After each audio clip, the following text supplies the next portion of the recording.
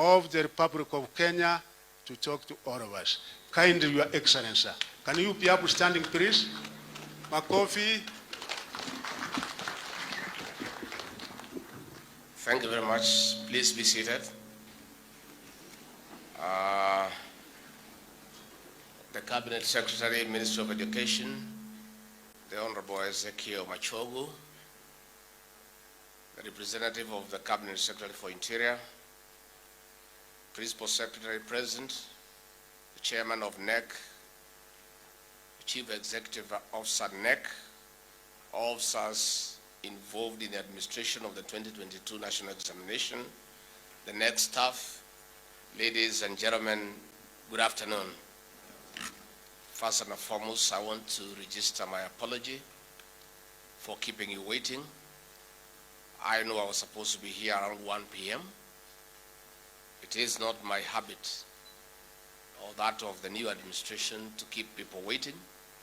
We keep time in all circumstances. But today we had a very serious engagement with our development partners and the private sector with the President at State House, Nairobi, trying to raise about 16.9 billion to mitigate the effects of climate change and to intervene with the effects of the ravishing drought and famine across the country, which has also affected your sector in terms of day scholars and pupils in primary schools. So it was a fundraising exercise. And you know, when you are looking for money, you don't become impatient. You just wait. You know, this begging has no dignity. So we kept on asking for more and more. Even your minister was with us. We excused him to come here, and I waited until we got the last penny. So I want to apologize. The new administration respects people and respects officers. We will not ever again keep you waiting, because it is not right. You have left your stations and you have work to do. We would have wanted to finish with you early so that you go. So have you forgiven me? Thank you very much. Asante sana. We gather here this afternoon to launch the 2022 National Examination Season. This marks the start of a transition of our candidates at both the KCPE and KSC levels to the next stage of their academic journey. We commend them for their perseverance and discipline along the way. This is the first national examination under the Kenya Kwanza government. It is also the first examination after the COVID-19 pandemic, which has since gone down. We are glad the normal academic calendar takes shape early next year. Further, this examination takes place when we, through the Presidential Working Party, are engaging Kenyans on the education system they want, which will deliver the requisite to plug the job market demands.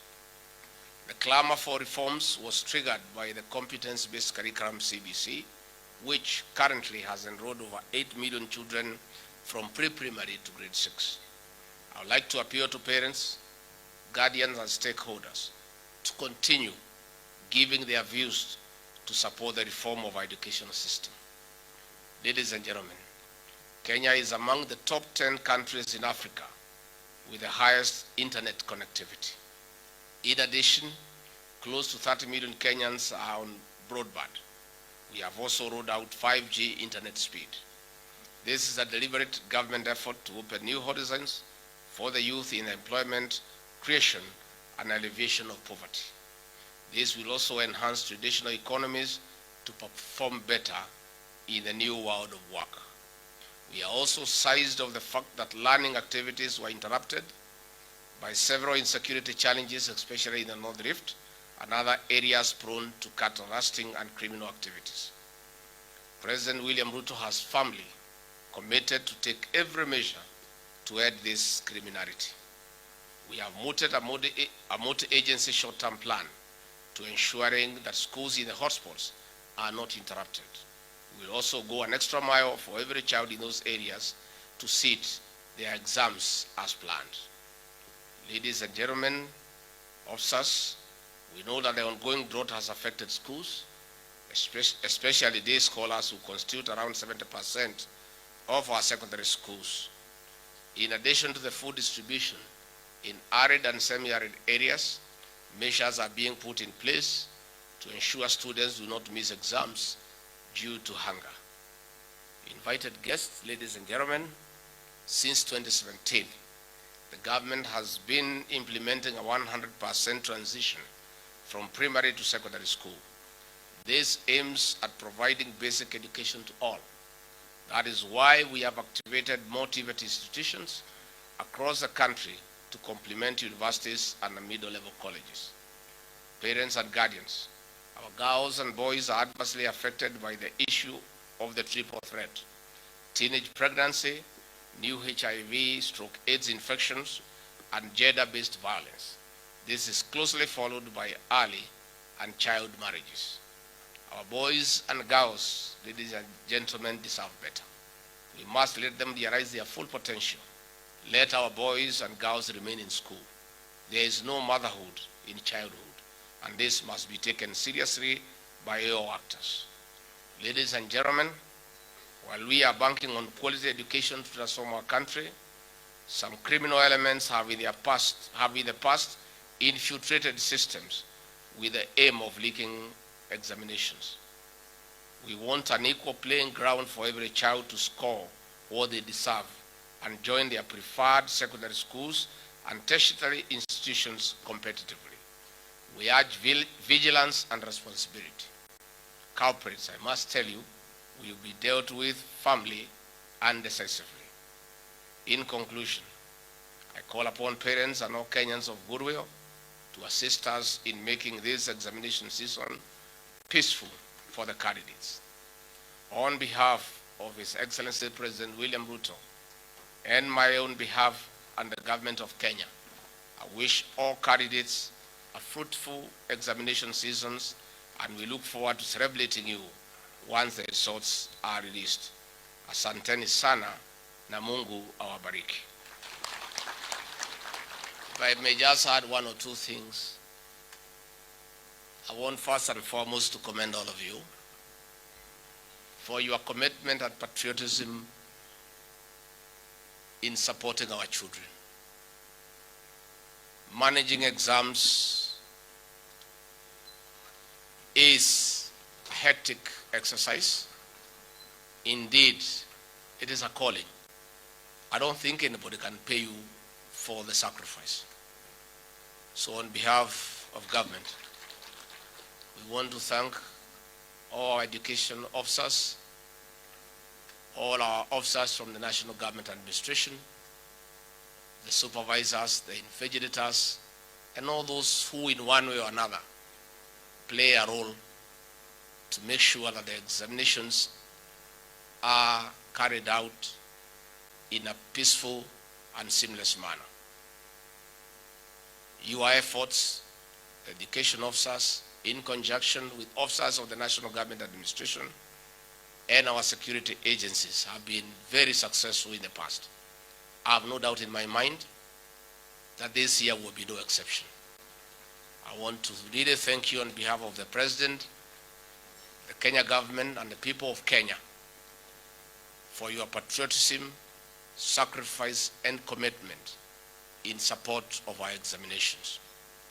I would like to say thank you. Secondly, you people have what it takes. Some of us are very conversant with this exercise because we have been members of parliament on the ground with you, and we have worked together. And it will be unfair for us to pretend that we don't know you and what you do, because we know. You know, some people, when God gives them a chance to rise to these high offices, they become arrogant, they look down upon others, and they behave like they don't belong to this country. President William Ruto and I are the products of a miracle. We are just ordinary people, born in ordinary homes, brought up in ordinary circumstances, went to school barefoot, went without food. We had jiggers, we had all sorts of problems. And therefore, where we have reached, we cannot pretend that we don't know the journey we walked through. It is for that reason, our CS education, I want to appeal to you. Please let the ministry look at the facilities available to our sub-county directors of education. I've been there with them. I know. They have no vehicles, they have no offices, they have no furniture, and they are expected to oversee what the teachers are doing. I remember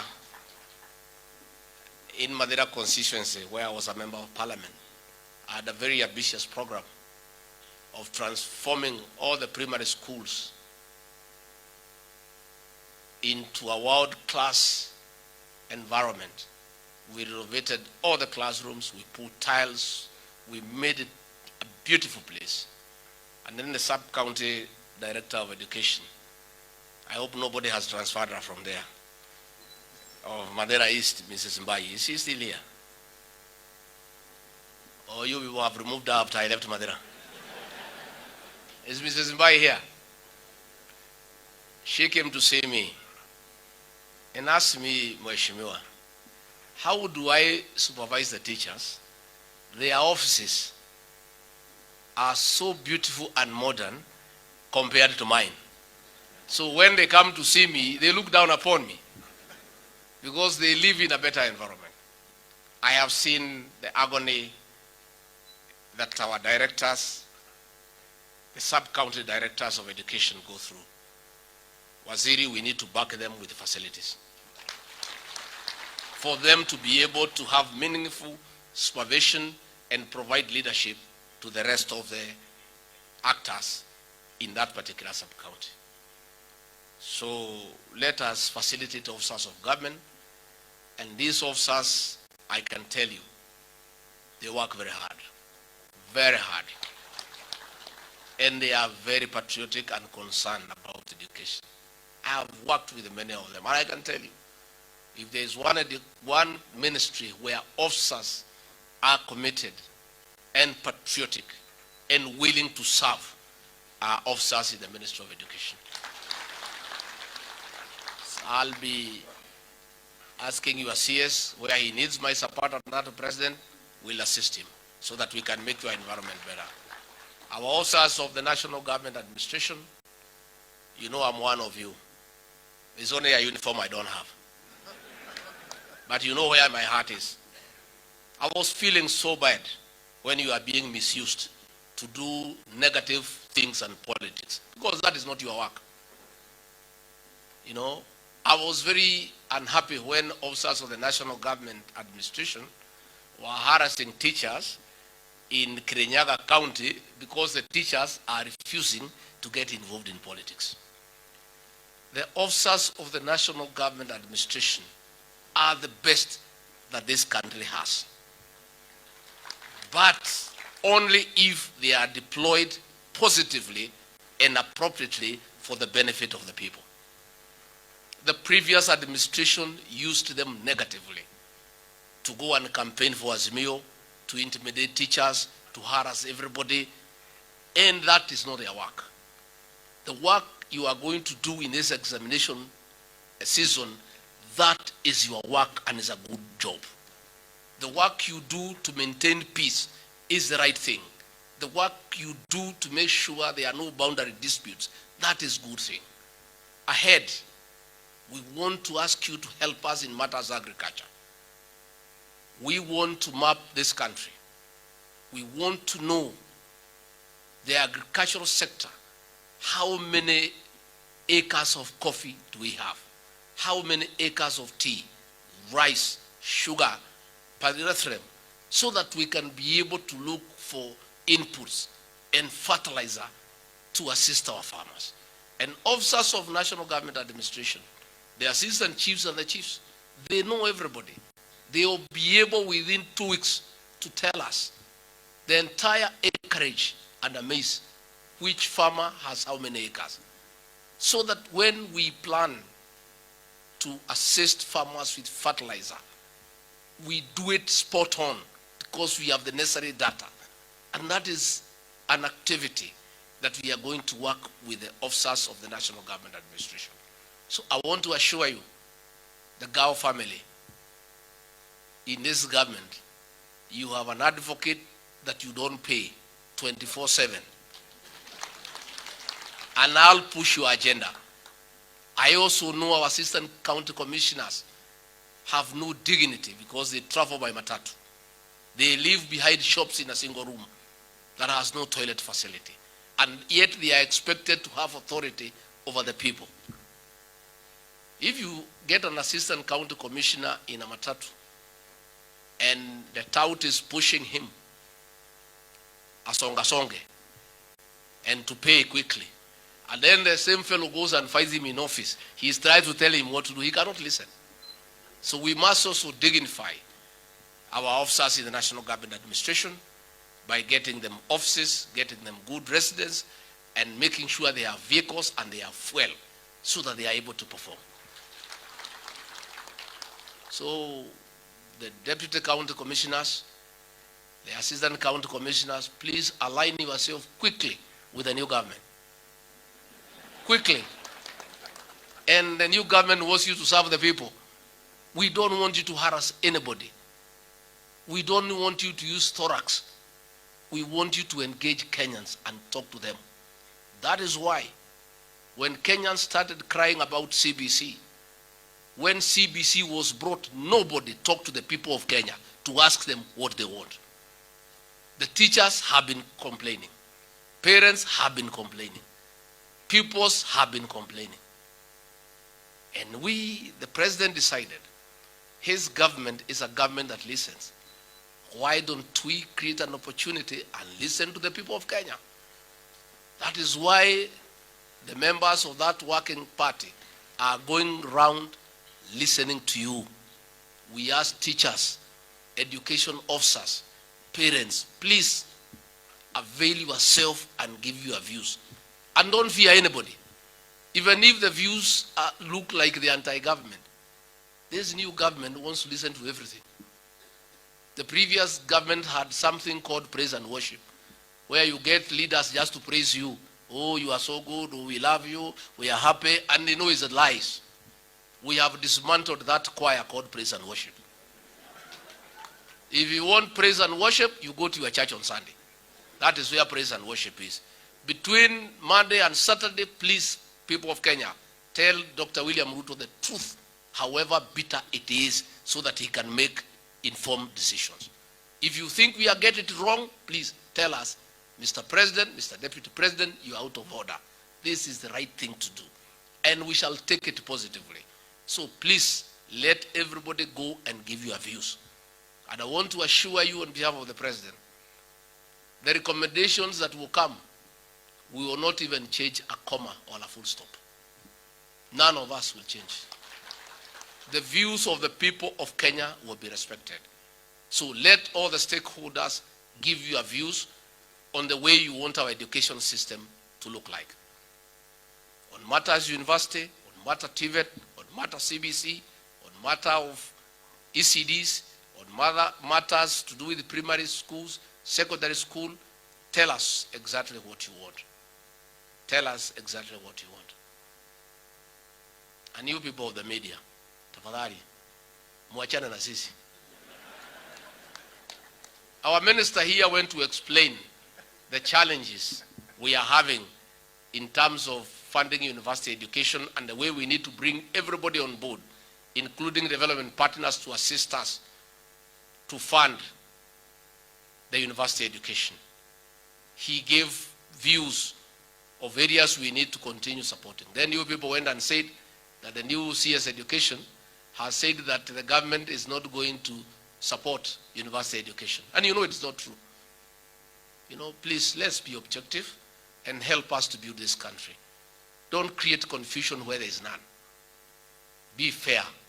And if you have not understood, these CSs in our government are not arrogant. Ask for clarification. If today what I've said here you are not clear, on my way out, ask me, what did you mean by this and that? But don't create a situation that is unnecessary. There is nowhere where our new CS said that the government will not fund university education. He was just trying to explain the challenges around that sector. And we want Kenyans to give views to this working party on university education. We want Kenyans to give views. This is our country, and none of us would be seated on this platform here with this red carpet if we did not go to school. And that is why teachers must be respected. They must be respected. Never again in our administration will any government officer, from the president all the way down, will ever demean and humiliate teachers in front of students. The humiliation that was done to Professor Wainaina of Kenyatta University is regrettable. And that is why the government has reinstated him, because he was embarrassed and humiliated in front of his students. It is wrong. I would not be here myself as deputy president if I did not go to school. Your CS will not be. Even all of you here, the DCCs, the education officers, one way or another, you owe some gratitude to some teacher somewhere. True or false? Teachers must be respected. It's a noble profession. It's a calling. Nobody can ever adequately compensate a teacher. But when you get educated, then you get a big seat, you think you are God, you abuse teachers like children. That thing we don't want to ever happen again. And in our administration, we not only have respect for teachers, but for all public servants. Let us respect people. It doesn't matter how low they are. One day they'll go up, just like you have gone up your day. Tuheshimiane tafadhali. Na tuwache kiburi na maringo. Haisaidi mtu yeyote. Wacha tuheshimiane. All of us are working for the same government. It's only some are first among equals, but we are the same people. I look at management myself from the perspective of being a team leader. When you are county director of education, you are the team leader in that sector. Don't load over others and shout at them nini before they are juniors. Just if you have an issue with somebody who is a junior to you, call the office and lock the door and talk to that person between the two of you in private. Yeah? If you think the matter has gone out of hand, put a letter. But don't call your juniors in front of the other juniors and lecture them. And then you expect them to continue managing those people. That respect will not be there. Let us respect each other. And respect costs you nothing. And respect, by the way, is two-way. It is two-way. You respect your juniors, they respect you. You disrespect them, when you talk to them, you turn back that way, wanakufanya namna hii. Si ndio mnafanya? Si unaona? Hakuna haja. Let's respect each other. Let's respect each other. And that is the kind of leadership that we want to bring to this country. So, good people, I wish you well. Please work hard. Help us to deliver these examinations. It's our first exams as the Kenya Kwanza government under William Ruto. And we plead with you, Msituangushe. You know, many people are not giving us a chance. Our marking scheme was so low. So, mtusaidie tupandishe marks kidogo. Tafadhali. Give us a chance that we are fellows who know what they are doing. And I want to say, I want to tell the people of Kenya, please, don't be conned. No Kenyans like being conned. People put things on the internet, on WhatsApp, that they can leak exams for you. Which ones? And then you pay money, then you start crying you have been conned. If you are conned, it's up to you. Why do you want to get conned? Is there any examination papers available? So when you put exams online and say at a fee I can give you the questions, it's a lie. And Kenyans like being conned, I don't know why. You know? Easy things are not good. If people give you a proposal and the deal sounds so sweet and so easy, think twice. How can somebody get you the questions? It's too easy. Think about it. Think about it. Again, even as we ask Kenyans not to be conned, we have also given instructions to DCI to activate with speed the cybercrime detectives to go through the net and hunt these fellows day and night. The ones who are cheating Kenyans, that they can leak their questions to them. They will be apprehended.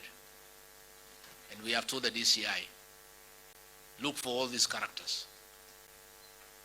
I plead with none of you will be victim. Please, don't. Don't take yourself to, I don't know, I'm not able to translate my Kikuyu how it is said. Usijipeleke kwa umbwa imefungwa. Si ndio? Imefungwa pale na wewe mwenyewe unaenda wapi? Please. We have told the DCI to hunt these guys down. So if you are collaborating with them, shauri yako.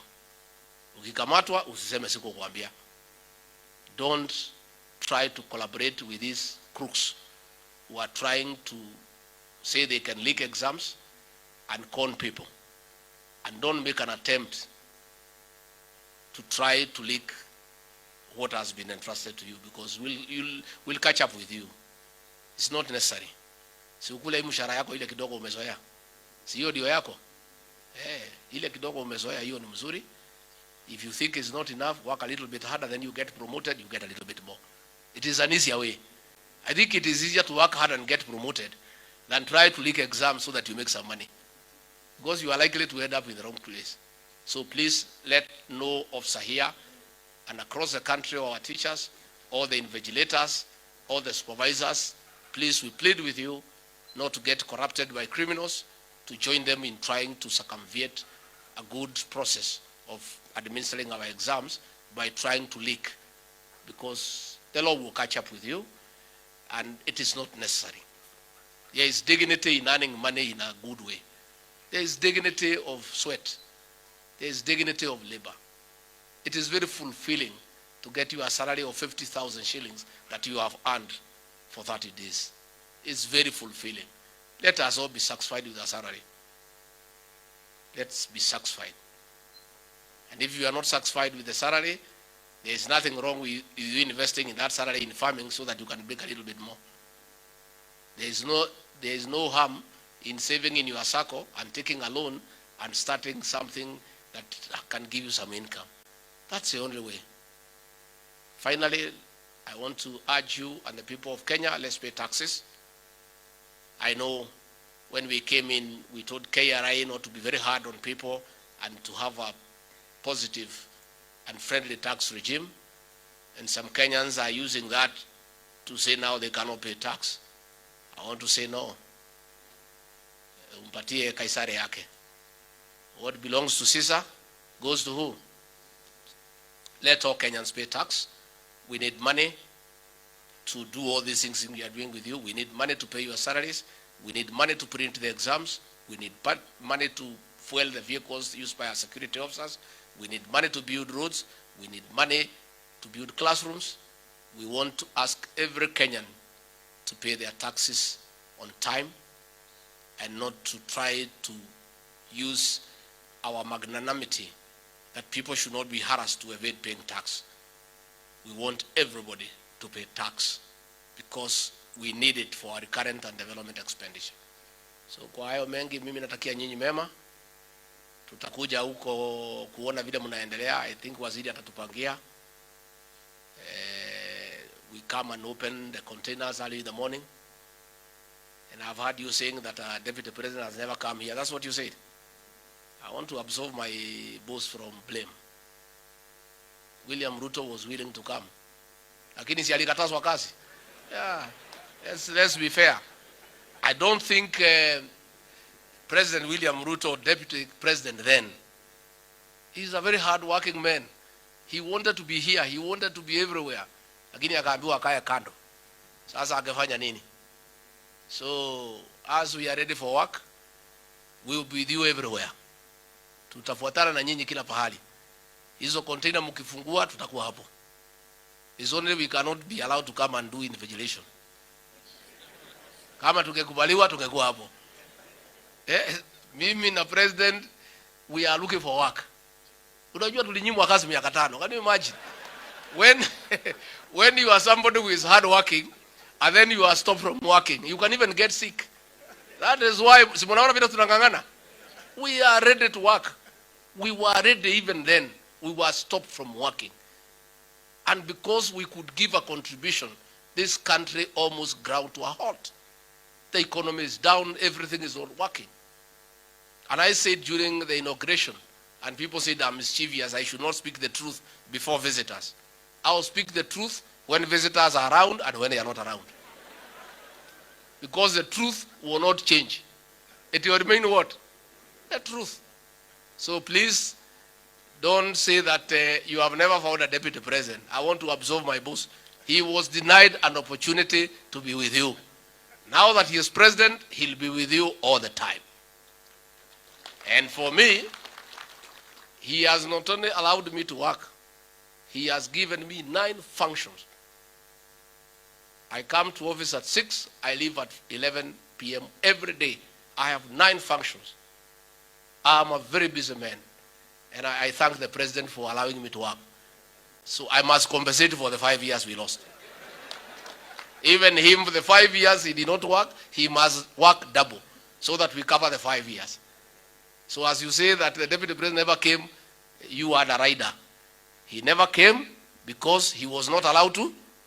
Tumekubaliana? Mumesafisha bosi yangu? Msiseme alikataa, bana, alikatazwa. Na hakuna mtu ajui hiyo. Nyinyi ni watu mmesoma, you knew what was happening. So mimi nimefurahi sana. Asanteni sana, tunatakia nyinyi mema. Mukirudi, murudi salama salimini. Musalimie jamii. Say hi to your families. Say hi to everybody. Do a good job.